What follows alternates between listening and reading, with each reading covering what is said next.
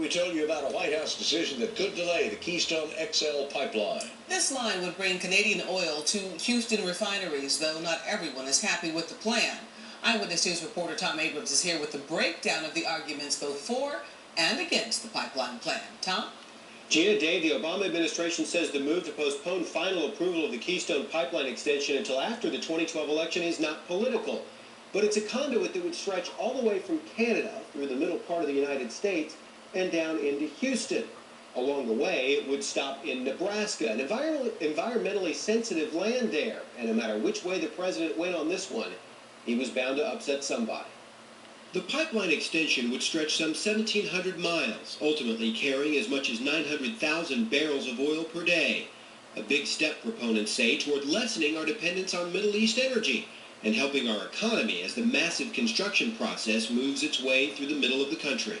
For its part, TransCanada says the new pipeline extension would create as many as 20,000 jobs, stretching from all the way here in southeast Texas to the U.S.-Canadian border.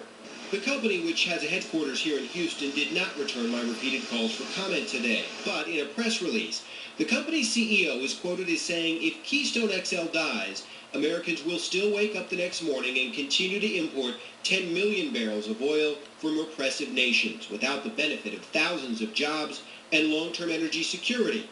That would be a tragedy. But environmental groups don't see it that way. It means there's going to be a lot more time for a more thorough investigation. Kat Herrera organized a Keystone protest march this past weekend in Houston that mirrored the larger one in Washington, D.C. She says the pipeline's potential benefits do not outweigh the risks, especially when it comes to generating jobs. Those numbers have been greatly inflated. It's not going to create nearly as many jobs as TransCanada would like you to believe.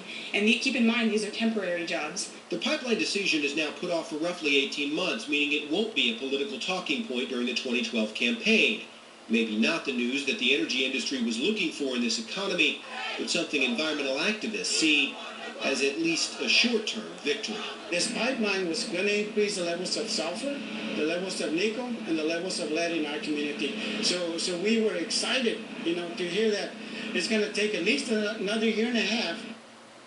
TransCanada believes the federal government will ultimately approve the project and that it has worked with the government over the last 3 years to ensure it is the safest pipeline ever built.